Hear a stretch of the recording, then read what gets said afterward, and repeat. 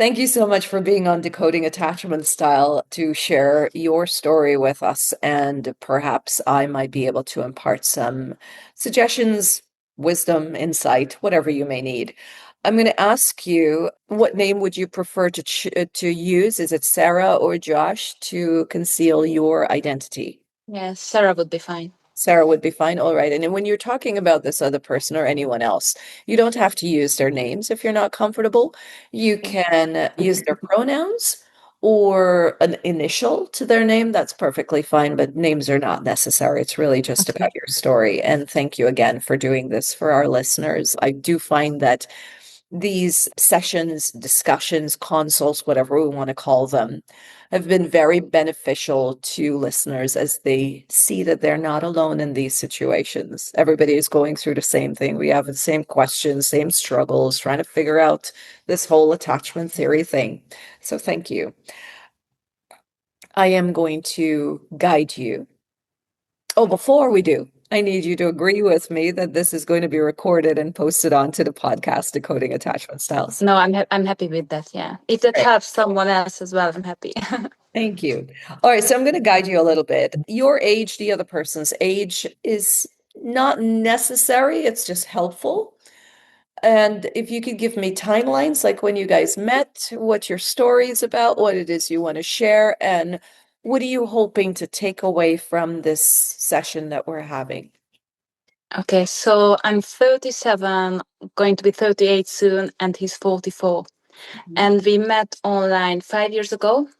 Uh, we kept in touch during COVID as well. So we literally met, I think, maybe 3 or 4 days before the first lockdown. So obviously, like after that, we couldn't really meet, but every time, like once in a month or sometimes like every 6 weeks, we met up in 2020. And after that, I haven't met him for, I think, over a year or maybe two. I can't remember. So there was a long period of time I didn't see him. And then after that, we were still texting there and then. I think he was in a relationship. I was trying to be with someone else as well. I was dating other guys as well, but we haven't really met. But we are still texting. And then last year we met once, and this year we met like 4 times. But it was over the phone. So we haven't, so altogether, I think we maybe met like 10 times, if that, in 5 years. Mhm. So we cannot really call it a relationship, but it doesn't really, it doesn't really make it any easier that like we haven't talked since September because I got ghosted again by him. Okay, and he lives in a different country, you said? You're No, gonna we live in forgive me. we live in the same country. You live in the same country. Okay. Yes, we live half an hour from each other, so it's not the distance why he doesn't want to meet me. What do you think the reason is? First, I thought maybe he's got someone. So to be honest, that went through my head a billion times when I was looking for my answers and the whys behind his behavior. But then he called me during the night, over the weekend, when he was playing golf with his friends. He was texting me from work. So it was during the day, in the morning, after work. So it wasn't only night, or it wasn't like the late night messages or only Monday to Friday messages. So I'm not too sure, to be honest. Okay, I'm and not too sure. what do you want? What do you want from him, from a relationship with him? I'm not, because obviously I got ghosted like a few months ago again. I don't really think that like we can get over this time. I mean, to be honest, I felt really humiliated and heartbroken at the same time. I'm not too sure if I could get over that. But I know I need to set stronger boundaries. But I don't want to make it that like it was all his fault because I participated as well. So I could have told him years ago that like I don't want to text him anymore. I don't want to meet him anymore. I never did because I wanted to meet him. So I don't want to make out that like it's all his fault because it's not. I just want people to know that like actually setting boundaries, it's important. And even if your other half or like the guy or girl you see and is an avoidant, or if you're an avoidant, it's gonna take ages to get through those struggles. And the communication is a key. And it's like, even if you start communicating, because I think this year it was different for us. So we started communicating. Before that, he never really shared anything about his childhood. So this year I got pictures. He was talking about his family. He even talked about his work. I know it sounds silly, but for me, that was a huge step that he was letting me in. Kinda, it was a huge step, and I shared loads of things, what happened to me in the past. So I got really vulnerable, and didn't he didn't get scared this time. So he ghosted me for 5 weeks this year, and I told him that like you ran away again, and he said like, oh, I wasn't running away, I actually hid away because it was just too much. So this was the first year he admitted that like no, he's hiding when it gets too much, because he said that like he was thinking about how could I fit into his life. So I really don't know. We could say that like maybe he was lying. I don't wanna. So I don't wanna always double question everything that like he lied or he said the truth. That's what he said. I'm not too sure. All right. So you guys have been in this relationship for 5 years.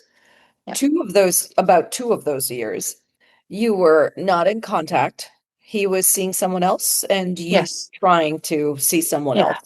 Yeah. All right. And then there was a connection again, and you've probably seen him about 10 times in that 5 years. Yes. You've seen him 4 times in this year.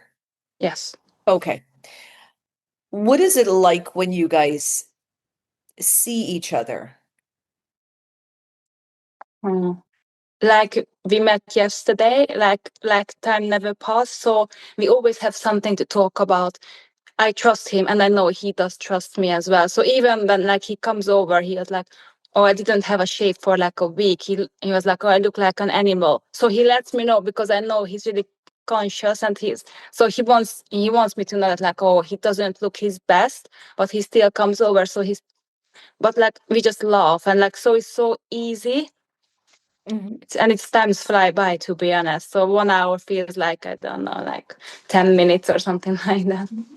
And that generally happens in the beginning of these relationships because neither of you know each other very well to where you care so much about how you're going to be judged. So you show up as yourself for the most part, right? I mean, when I say show up as yourself, it's you're not so scared of being criticized about how you look. It doesn't mean that you're not going to be charming and patient and caring. It's just a little more relaxed because you don't have those heavy expectations of each other. And it's not even that. So when I wasn't, for example, if I had like a bad body image day, as women sometimes do that, like, I don't look my best or I didn't feel comfortable in my skin. And I was like, oh, maybe I'm bloated and he shouldn't come over. So I told him. Mm-hmm. And so he was okay with that. And I felt like kind of good that like actually I can say it out loud that I don't feel 100% or like I'm not as confident as I should be or things like that. And that was really nice that like actually I shared my struggles or like my anxious feelings as well. Mm-hmm. All right. Now, what is it that kept you in this relationship for so long? I have no idea. And I mean, I'm honestly saying I have no idea. First of all, the way he looks, I have to admit that. So for me, he looks perfect. So I know it sounds really silly, but like when I look at him, I don't know. I just can't find anything what I don't like about him. And when we're together, it's really nice. It was always nice, and everything been really nice. Obviously, the way he treated me at the end of it, it wasn't nice. So I'm not gonna forget about that. But there How was did good he how parts. did he treat you? So when he was over here, he was always really nice, making sure. Or when I went to see him, it was like always like making sure that like I'm okay, I feel comfortable, I'm not cold, I have something to eat, something to drink. So there was always like kind of looking after me, or like even when we watched the film, that like there was always something that like we're making sure that like we're looking after each other. But so when I got ghosted, we agreed on Wednesday that we're gonna meet up on Saturday. We talked on Wednesday, Thursday, Friday, and I texted him on Saturday if he's still coming over or not. He read my message, and I never seen him. So, Okay. and I haven't heard from him since. All right. What would be your next step? What are you planning on doing? I don't think he wants me, so I'm not going to do anything. So, I'm not gonna, I'm not gonna punish him because there's nothing to punish him for. I mean, yeah, the way he treated me, that was bad, and normally people don't treat anyone that badly. So even if you don't want anything, maybe you should tell the other person that like you're not capable of this kind of relationship, or you just don't want to be in the relationship, or you already in a relationship, doesn't matter, but you should be honest and kind of respect the other person, because That's ghosting is true. That's true. ghosting is kind of cruel and heartbreaking because the other person doesn't know where they go wrong. So Exactly. And that's why, people like me are out here to say that you don't want to take it personally. We're giving you all the information we can, saying, when it comes to avoid and detach, it's not that they're not going to feel bad about this, but it's their inability to communicate their yeah, needs, which has nothing to do with you. Yes, yeah. we should all be healed enough, secure, attached enough to say how we feel and what we want, but not everyone's doing that. Those of us who are left behind wondering, what did we do wrong? Oh, We I wondered about what did I do wrong? Why am I not good enough? Why he treated me like that? Why I was so stupid that I never saw his only breadcrumbing me. So I went through everything. Like I was blaming myself for being silly and believing him or believing in us or believing that if I work on my attachment style, he might work on his and we might could work. So yeah. All right. And that makes sense. A lot of people who go through that. My question to you is, if you had a child, or if you could just imagine younger you, imagine 4-year-old version of you, would you talk to her that way? Would you tell her those things? Would you say to her that she was silly for being hopeful? I wouldn't say she was silly. She was just like actually hopeful. Because obviously I know him for 5 years. I think there was some sort of feelings. And I think obviously my feelings were just like, I was hoping that like it's something, or like I was hoping he has feelings for me as well. Well, I'm sure he did. If not, he would not have spent any time with you, Yeah. right? You can have feelings for someone, but realize, like he mentioned, he was trying to figure out how you'd fit into his life. So you Yeah. could like someone, you could really even be in love with someone and realize that that person cannot fit into your life.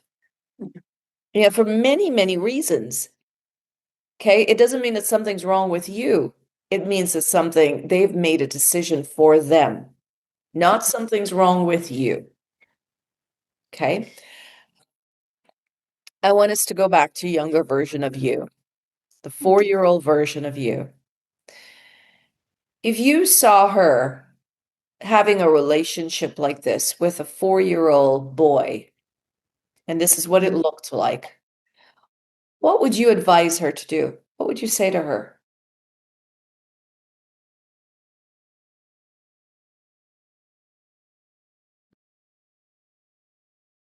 That maybe don't give him that many chances. Hang on.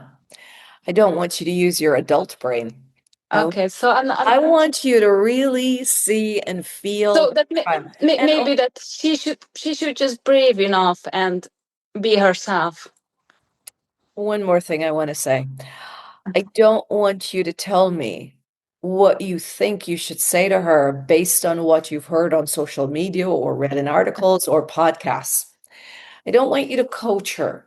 I want you to parent her. I want you to imagine your 4-year-old self playing with this 4-year-old boy on a playground. And he sometimes comes over and talks to her, sometimes he doesn't, sometimes he ignores her completely. Okay? If you were that younger you's parent, what would you say to younger you? Or what would you wish someone would say to 4-year-old you? That she's lovable, regardless if he comes back or not. That she's still gonna be okay because she's lovable. Mhm. I think that's what I say. That like, And she can find other friends yeah, who she's going to enjoy, who is going to appreciate her. And yeah, you're going to say to her, that's his loss.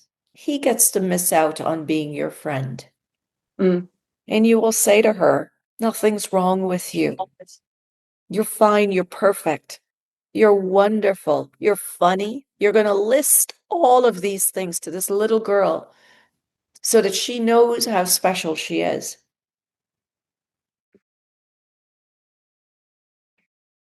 Yeah. Maybe we all need to hear that sometimes. Yes. The thing is, we go out asking other people to tell us that little girl is still very much alive in you. That's why you're sitting there and waiting for this person to show up occasionally. Yeah. Now let's go into your past a little bit. Did you have both parents, caregivers that you lived with? No, no. So my dad left us when I was 2, and my mom was there, so she was really trying, and so, but I think she was like sometimes emotionally unavailable. So she was doing everything, obviously, for me and for my brother, but sometimes I think she was emotionally unavailable. So I was the one who had to be strong and look after her and my brother as well. So Mhm. for me, being vulnerable and being weak is really difficult, and opening up as well. So that's one of my struggles, to open up and trust people. Were you comfortable when your dad left? Did you question it? I was 2, so not really.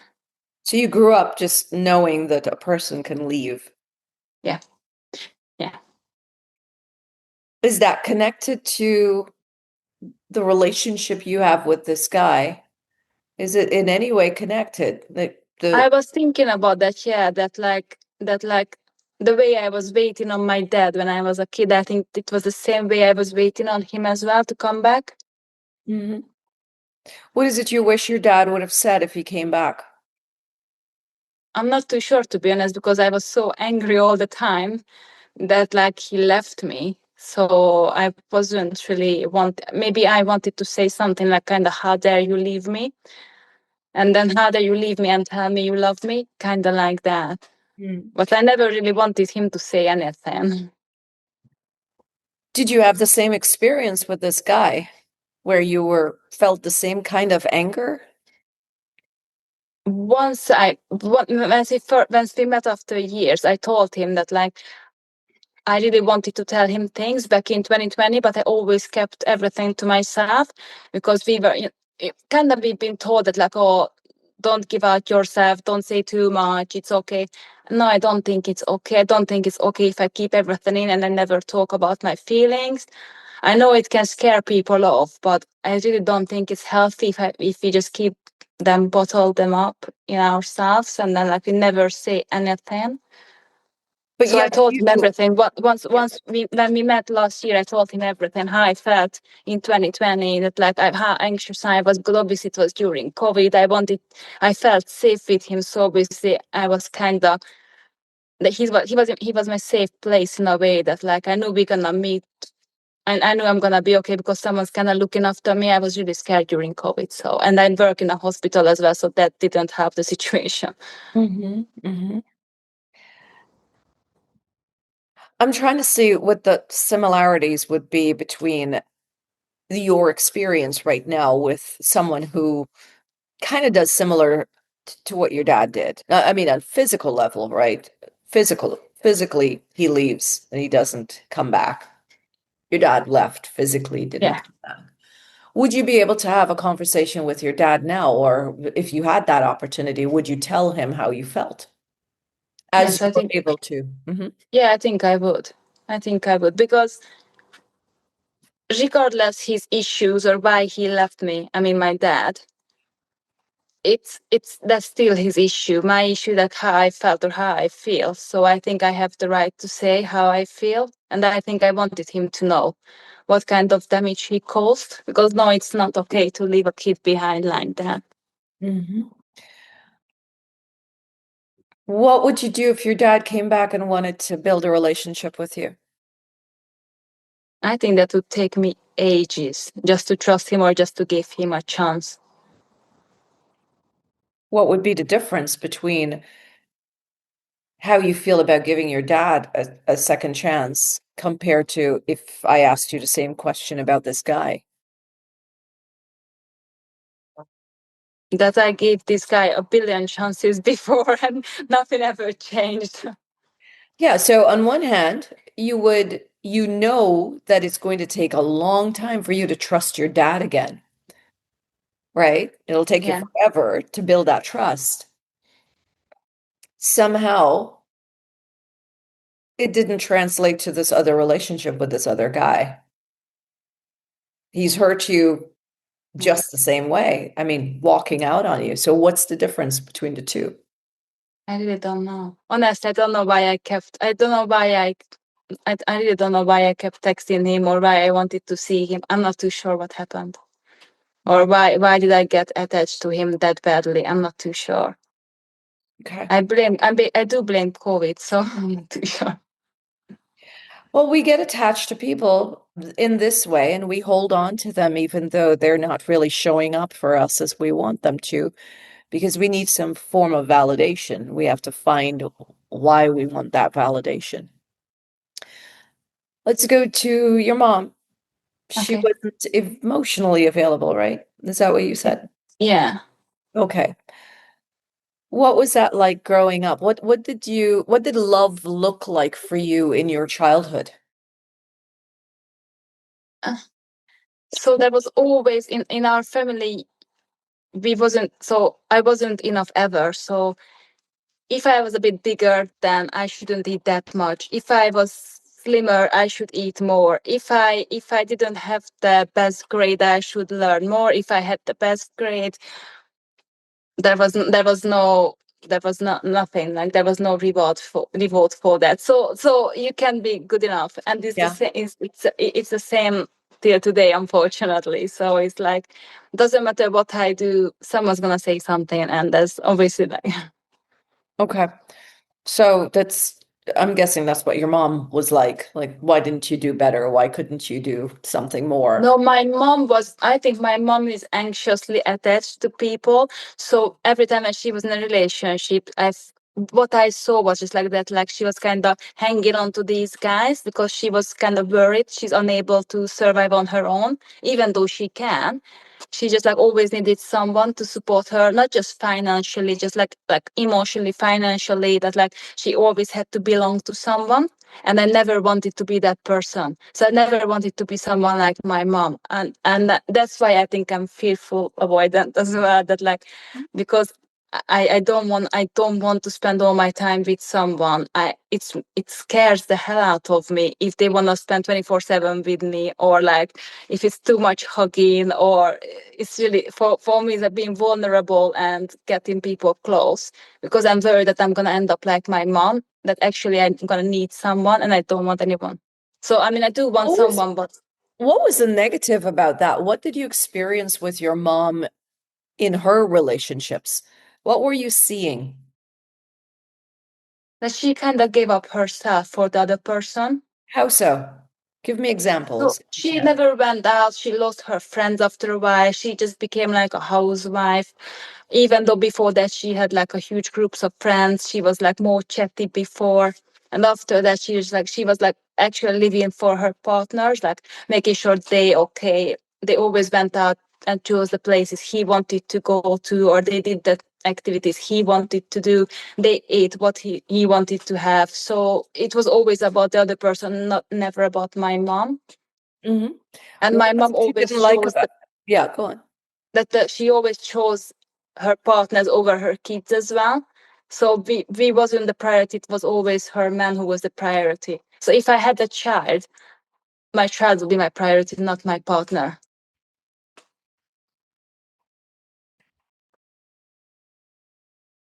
That's the important part. I mean, everything else is important for sure. Yeah, But your pain point there is that I don't want to be like my mother because her behavior got me hurt, made me yeah, feel possible. neglected, me feel alone. Yeah, Okay. And you don't want to be that person to your child because you're seeing that your mother's dependency. She depended on on her partner, Yeah. served her partner, prioritized her partner, and neglected you. Yes. So this is this connected to what you mean when you said your mom wasn't emotionally available? Yeah, she wasn't there for us. I had to be always the strong one looking after my brother, or like, yeah. Or like if she broke up with her ex-boyfriend or whoever she broke up with. So all the crying I saw and everything. So for me, it was just like, no, I don't cry in the front of other people. I like, no, because that's sign of weakness, and I don't like being weak. I see. What did it make you feel when you saw her crying? How did you feel That about her specifically? we had a good chat a few years ago, and obviously I told her that like I had to kind of grow up when I needed help and I needed guidance and I needed my mom to be there and support me. I had to support myself and I had to be her mom.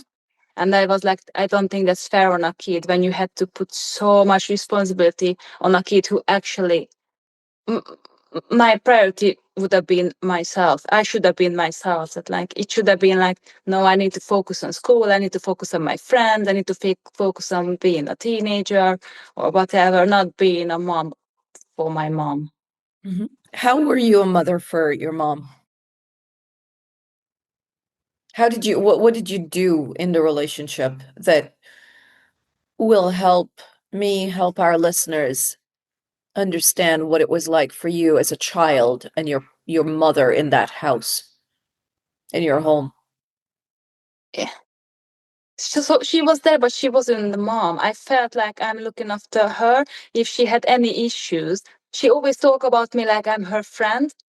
But I said that like I'm not her friend, and I even tell her even today. I told her that like I'm not your friend. You cannot talk to me as a friend because I'm meant to be I'm your daughter.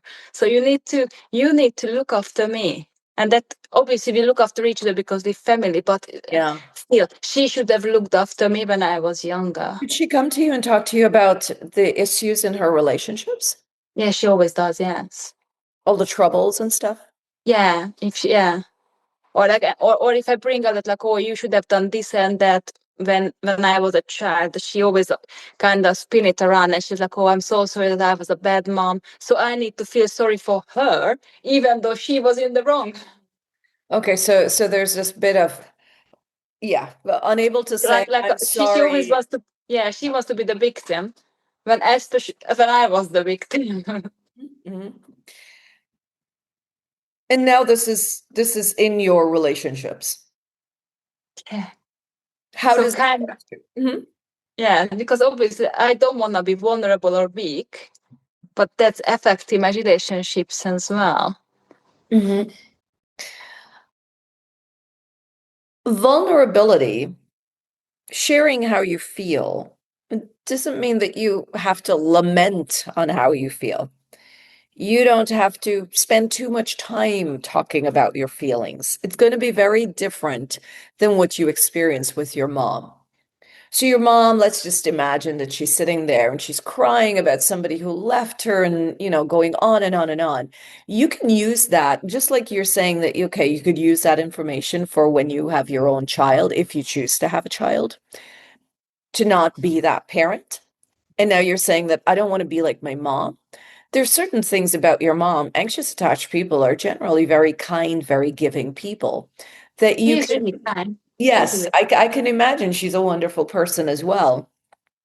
But you can also look at the things that you did not respect, you did not like, you did not appreciate, that you cringed about, and said, okay, those parts of me is what I won't become, but I won't go to an extreme.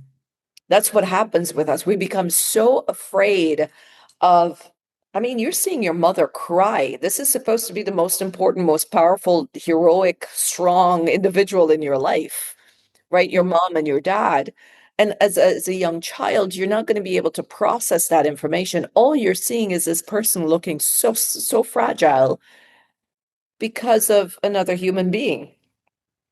And so I'm going to assume that in your young mind, it's like it's dangerous to get people this close to you because they could make you crumble.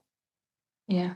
So I'm going to keep And them in obviously mind. my brother was crying as well. So Oh, my mom got divorced after my dad. So my brother, obviously he was crying when they got divorced as well. So all I was saying that, like, she got married again, she got divorced again, and I was crying. So you're, that's when I think I was about 10, and I was like, I never want to get married. That's what I yeah, said back then. yeah. You're seeing that relationships cause not only your mother pain, but people you love pain. Yeah. And you're seeing your brain is absorbing this information as relationships cause pain. They're dangerous. That's what you're seeing. You're seeing your mom giving up her life, and that is now interpreted as when you're in a relationship, you lose yourself. You are no longer an individual. You're a maid and a servant, right? Yeah. And that is the struggle of a fearful avoidant or an avoidant attached person. It's growing up in relationships, witnessing their parents or what their parents' experiences were, and saying relationships are scary. It's scary. And Yeah. that's you're it's normal. It is normal to be in an environment and see how much feel the pain of it. And as you grow up and when you have control, you say, no, I don't want that. Now, when you're healing and you're becoming securely attached, what you want to do is recognize that you can now speak up for that little girl, Mm. right? Just like you spoke with your mom recently and you said it wasn't fair. So you're defending that little girl who couldn't speak up then. She couldn't say, it's not fair to talk to me, go get yourself a therapist, Yeah. right? Now you could do it. So you could feel confident that you could protect yourself now. Keep reminding yourself that I don't have to be afraid anymore. I'm not that young girl anymore. I can protect myself. You can look at your mom and say, okay, mom, I can see that you gave up all of your friends for this person. And I can create balance. So you now get to create a balance when your mom didn't know how to. You can communicate with your partner. And this is the big trouble with avoidant attached, learning how to communicate to set your boundaries, right? Yes, it's So very difficult. I know people pleasing, but the people respect you when you respect yourself. Yeah. I know one of the things that I absolutely love about my partner is in the past, it would take him a much longer time to speak up. Now he does it a lot easier.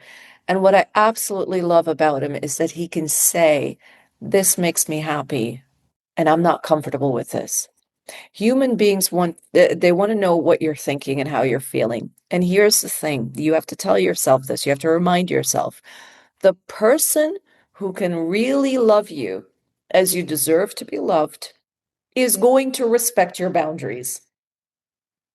If they get upset and they throw a tantrum, it's on them, their healing. You have to work on your fear. If I speak up, they're not going to like me and they're going to leave me. That's all right if they leave you. Because your goal is to not become your mom, right? Yeah. If you keep doing the people pleasing, you're your mom in a different way, right? So, Okay. because that's what your mom did. She did the people pleasing. Yeah, she does it till today. Yeah, every day she does. Yeah. Yeah. So learn to speak up when you meet someone or you're in a relationship. Say, I really like you. I want to get to know you and I want to spend time with you. However, I also need to be focused at work when I'm at work. From these to these hours, I won't be available to respond to text messages. My life is really full. I have my friends. I sometimes hang out with my friends 2, 3 times a week, whatever it is. You're telling your truth. You're kind of sharing your schedule. And what you're saying to them is, this is who I am. You also get to say, I don't know you. I've learned that human beings can be very tricky and dangerous. So I'd like to go slowly here and get to know you. Are you open to that? Okay. Right? Yeah. I like you, but I'm not signing up for marriage right now because I don't know you. You just need to learn to speak your truth. And the right person for you, a secure, attached person, will look at you and say, darn good for you. Thanks for letting me know. Yes, let's take this slowly. Let's Okay. move at So a pace we both are comfortable. Yeah, go on. no, I just wanted to say like I just need to find someone who's securely attached because looks it feels like I keep attracting the avoidance for some reason still like Well, that's going to happen because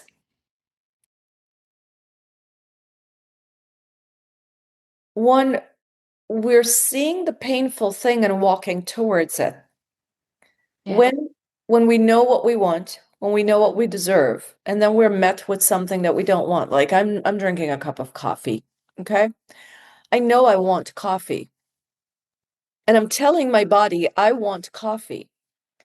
Now, if I went and I started making tea, instantly I'm confused about it. So I'm doing something against my will, and I'm going to be having that sip of tea, but I'm thinking about the coffee all the time. Or if I go to a cafe and I ask them, can I have a cup of coffee, please? And the woman says, sure. And she brings me a tea and I just accept the tea, then that woman could do whatever she feels like because I've not respected myself and honored me. So if you know what you're looking for in a partner and you're dating someone and then you notice that they keep dropping off or they keep ghosting you, you have to ask yourself, am I comfortable with this? And if the answer is no, no matter how painful it is to walk away from this hot guy, because I'm thinking that's what you meant, Yes. you have to be able to say, as gorgeous as you are, I have to let you go.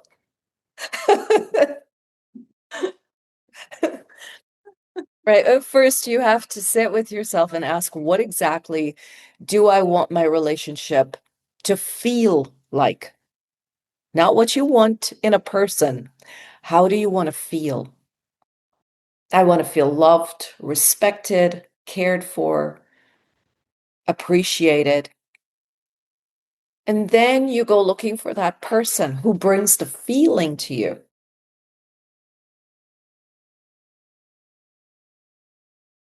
I just need to set stronger boundaries when I feel like that they're not up to the expectations I have. Mhm. I just have to let them go and I need to actually look for someone else. If you want to be out of the chaos, yeah. Yeah. And that really will come more from you really learning how to speak up. That is a big struggle for avoidant attached persons to speak up. Nobody could beat you down, nobody could scream at you and make you small. You get to protect you now. Like your mom sharing all of these heavy stories with you at a young age. I'm going to guess she talked about your dad. I'm going to guess No, we haven't. We never. not about that is No, never. because she never wanted. So she wanted me to make my own opinion about him. So she never wanted to influence me. Oh, So she never. wonderful.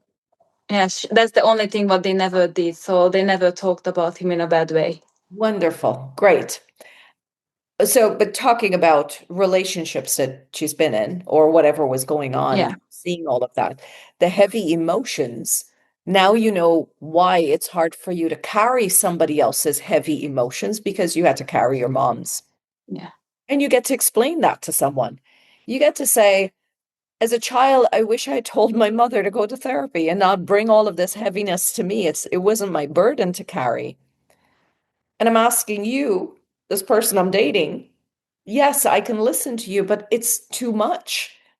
I'm not equipped to carry that, right? yeah.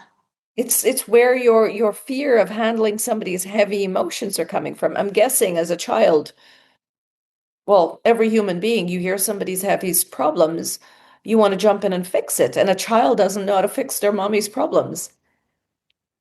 Yeah, Now, when not you, really. pardon?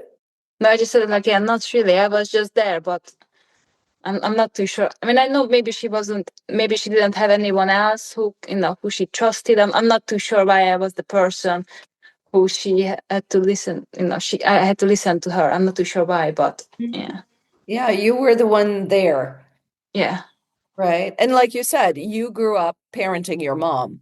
yeah, Parenting a mom means fixing their problems. yeah.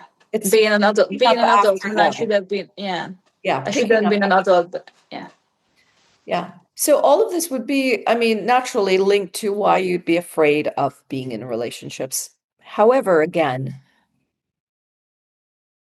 it's somewhat a part of, the adult in us only happens or comes out really when we are healed or very well on our healing journey, as nobody's ever healed completely. yeah. It is in speaking up. It's saying that this doesn't feel good. I'm not okay with this. I don't like the way you're treating me. And funny enough, it means that you have to get back to being that child. Because what is a child?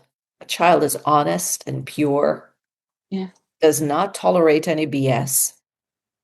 But now it's a child with a voice. So when you think about, I mean, I'm sure you've seen 2 and 3 year olds, right?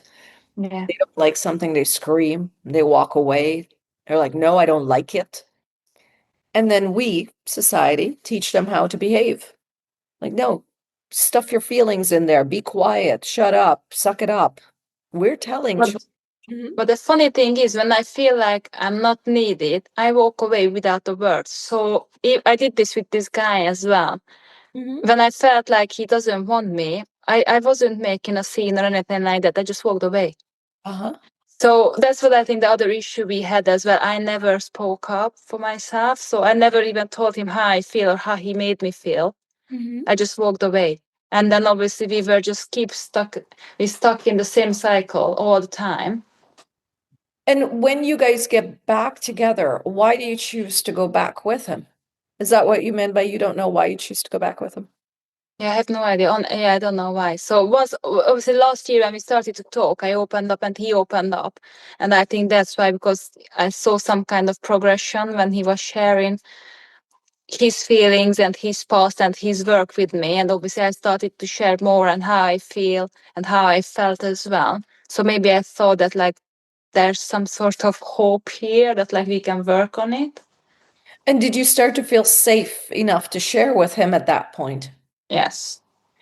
Could it be that you didn't feel safe in the past? No, I will no. You didn't feel No. safe. So that is why No. it's taken so long to get here. Yeah.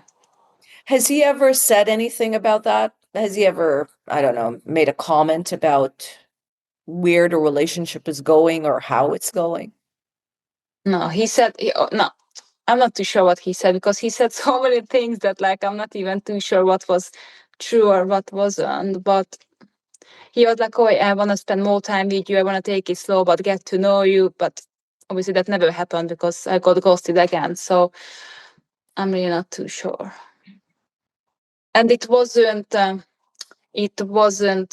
only sex based. So we talked about my job, about the apprenticeship I'm doing, about my dog, what should I do, what should I do, when he's gonna travel, where he's going to travel, that like he's applying for a higher role at work. So there was like certain things we talked about. It wasn't that like it wasn't all about sex. It wasn't all about that. All right. What would it look like if he came back and he said, let's have a relationship, knowing what the pattern has been? How would you feel? I could only meet him if I had like really strong boundaries that like, no, we're gonna take it really slow. And then like he actually needs to show up. And he said that like he's going to show up. So it doesn't have to be every day. I don't want, we don't have to text 24/7 and things like this. I'm not, because I'm not like that either. But if someone said like, I'm gonna call you back, I don't know, in 2 days time, I want him to call me back in 2 days time, or like certain things I definitely wanted him to do to make sure that like I can trust him, Hmm. or like if he's too much for him, I wanted to know that like, yeah, this is too much and he needs some time, because because it can get too much for me as well. But if I know, I'm not gonna push it. Hmm. Now, would you be able to communicate this to him as you're communicating it to me? If he would be open, I could, but I don't think he is open. What would be a signal to show that he is open? He needs to put more effort into it. Can you have that conversation with him without him having to put effort into it? If No, he just comes to you and say, "Hey, I'd like to give our relationship a chance," or if no, he came to no. you and say, "Hi, can we talk and let's meet up?" and you guys went out for coffee, can you just tell him exactly what you told me now? If he asked me to go out somewhere and have a coffee and like actually he would just talk to me and tell me what happened, then maybe. But because I don't think he's capable of that, because he just ghosted me. So Well, what we want to do is he's ghosted you in the past and he's come back. yeah, And this is really about how you approach conversations, whether it's with him or somebody else. You've got to advocate for you. A yeah, part of your independence and autonomy means you have to be able to speak up for you. If not, it's just kind of halfway independence, halfway autonomy. It's kind of independence and autonomy to keep myself safe, but in a way that I'm hidden, I'm hiding away, right? You want to do both connection, have a conversation, the boundary, right? That is going forward. The independence and autonomy, it's standing still or standing back. Okay. And it's good. It's fine. It's great. I'm not saying get rid of anything. I'm saying hold on to that. Hold on to your need for independence, your need for autonomy. Also embrace vulnerability and connection and intimacy. Bring that into it. And it doesn't have to be as amplified. It doesn't have to be as strong a thing as your independence and autonomy, but bring it in just a little bit. So what I would suggest is if he reaches out, hey, would you like to have coffee? You can either choose to meet him for coffee or talk to him on the phone and say, hey, this back and forth kind of thing, it's not very comfortable. This is I what just I I would yeah. like. Yeah, because I don't want to be treated. So I don't need this pain. Like, I don't know if it's emotional pain because of all the what ifs, or like, what could have been, or like, I don't want the what ifs no more. Like, if either it's a yes and we try, or if it's a no and we forget each other. But I really don't want more what ifs. So this 50-50, I kind of like you, but I don't like you enough to work on myself. That's not working for me no more. Yes.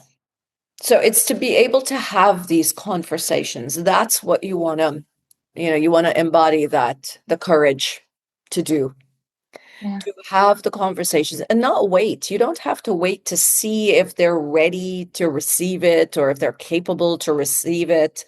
That's their healing work to do. Yours is to find the strength to sit there and say, this is what I'm looking for. This is my truth. And every time you start to feel scared and panicked when you're about to speak up, that's the indicator that you've got work to do. Okay. That's when you ask yourself, like, why is this so hard? Now, So as I just kind of need to calm myself, and I feel like that I'm getting scared that I could run. I just need to kind of make myself stay and I don't know, breathe. yes, well, this is where you need tools. If you find that you're sitting there and you have a conversation that feels uncomfortable for you, Yeah. you could say that, accept it. You could say it out loud. You could say, I have something to share and I'm very nervous about it. I'm very anxious about it. Call it out, accept it. In the moment your body knows that you're not fighting against that feeling, it relaxes. Label it. It takes away the strength, the power of the feeling. Okay? Or you just accept it to yourself. If you don't want to be that vulnerable and share it with somebody else, you could just say, okay, I'm feeling a little nervous right now. Good. What do I do about nervousness? I breathe. And I tell myself, I'm a grown up. I could protect myself. Nobody could hurt me. They might say something. That's fine. Whatever they say, it's on them. So you Mm. have to talk to yourself. Tell yourself you're safe. There's nothing to be afraid of. If you had a child now and someone hurt that child, what would you do? Would you be scared to defend your child? No. Okay, there we go. Same thing. You're protecting you're parenting your child now. You're parenting yourself now. So there's nothing to be afraid of. You're your own mama bear with you, Okay. right? You're protecting you. So there's nothing to be afraid of. You're in control. You're no longer a helpless 10-year-old. Okay. And the more you try it, the more you're going to see that the right people are respectful and they care about you. They're willing to listen. And that starts to help your brain rewire itself. And you start to see that while humans can be tricky, they're also wonderful. And they have the best intentions most of the times. Okay. Questions? No, I think I'm still. I think it's a lot. It's a lot to take in. I know. And there are other people that I have these sessions with, like some of them close to 2 hours. But I'm very well aware that with a fearful avoidant and an avoidant attached brain, you don't overwhelm them. No, it's really. It's yeah. First I thought I'm anxious, but I'm definitely not anxious. I'm definitely I'm a fearful, I think. Yeah, and fearful, avoidant, attached people, you have both, right? You have avoidant and anxious. Yeah. I'm kind of anxious that I'm not good enough. That's why I walk away. And I'm kind of anxious when it comes to vulnerability and open up. But I'm so happy on my own, on the other hand, that is unbelievable. So letting someone close and invade my space, and that is so scary as well, because I kind of like my life as it is. But on the other hand, I like to belong to someone. This is really difficult. It is, and look, a secure attached person is the same way. They enjoy their independence and their autonomy. They respect that side of them, but they're also open for connections and they're not afraid. The key is they're not afraid to be vulnerable. They're not Mm. afraid of connections. That's the difference between a secure and the avoidant. The fear that I'm going to let somebody in and then they're going to take over my life. A secure attached person knows that I could let someone in and not let them take over my life, right? They don't Mm. have control of me. I'm in control of my life. You need to know, and again, back to your mom, you saw her involved in relationships where it looked like the people she was involved with took over her life. And so your fear is people are going to take over your life. You have control. You get to decide how much of your time, your effort, your energy people get to take from you. Right. And you also get to work out, whenever you decide to live with someone, if you choose to, what that looks like. There's so many relationships now where couples are choosing to have separate rooms, right? And not that they're not sleeping together, but they may choose to sleep in another room one night. People are prioritizing mental health and sleep. And sometimes you might be with a person that you absolutely love, and maybe, I don't know, they snore or toss or turn or whatever it is, or you just want to sleep better on your own. And couples are learning how to communicate with each other on what their needs are, even living together. For some people, it doesn't make sense. But as an individual, you get to decide with the person you choose to be with what your relationship's going to look like, not what social media says it should look like. Mm. I will try that. Yeah, what I'm saying is that you have a choice in saying. You Yeah, just need to speak up. yeah. Yeah, that's what I need to do. I need to be a bit more brave, like to actually say what I actually feel or how I feel or what I want. Hmm. Hmm. Yeah. You can also, if it's hard for you to speak, initially, you can send an email or a text message. Many ways of communicating how you feel. And try not to overthink the email and reread it and edit it and then not send it. Okay. All of these little things, you're watching yourself and pushing through that fear little by little. You're not supposed to be healed at the end of this call. It takes a long, long time. Yeah, I noticed that like once I think that like I'm getting there, I realize that like I'm not even halfway there. No, there's always a setback. Yeah. Always. There's so many times I'm like, oh gosh, do I have to deal with this again? Like, it's like, oh, something else comes up and it's like, oh boy, here we go again. But, it's life. It's beautiful. It's got happy moments and it's got painful moments, but this is life. Got to go with it as it comes. So we just have to go with all the pain and all the joy and everything. We just have to. Of course, because without the pain, you can't appreciate the joy. That's true. It's true. Yeah, you need a little bit of pain. You need a little bit of loss so you could be grateful. I would be more happy with a bit more joy these days, but Start by knowing that you are in control of your life, and that's where the joy is, because that's when you decide on what you're going to let into your life that's going to make you happy or not. okay. You get to choose. You choose your happiness. Okay. Being in a relationship like this is not making you happy. However, you have a choice.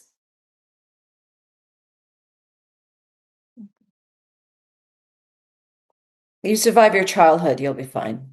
Yeah, I'm sure. I'm sure. Right? That's a good gauge. If you could look at your past, you will see how resilient you are, and you won't be afraid of the future. I just need to remind myself how strong I am and I can do it. Yes, of course. And you are safe and you're in control. Yes, Thank you for that. you're welcome. And thank you for being on this program. I really, really appreciate it.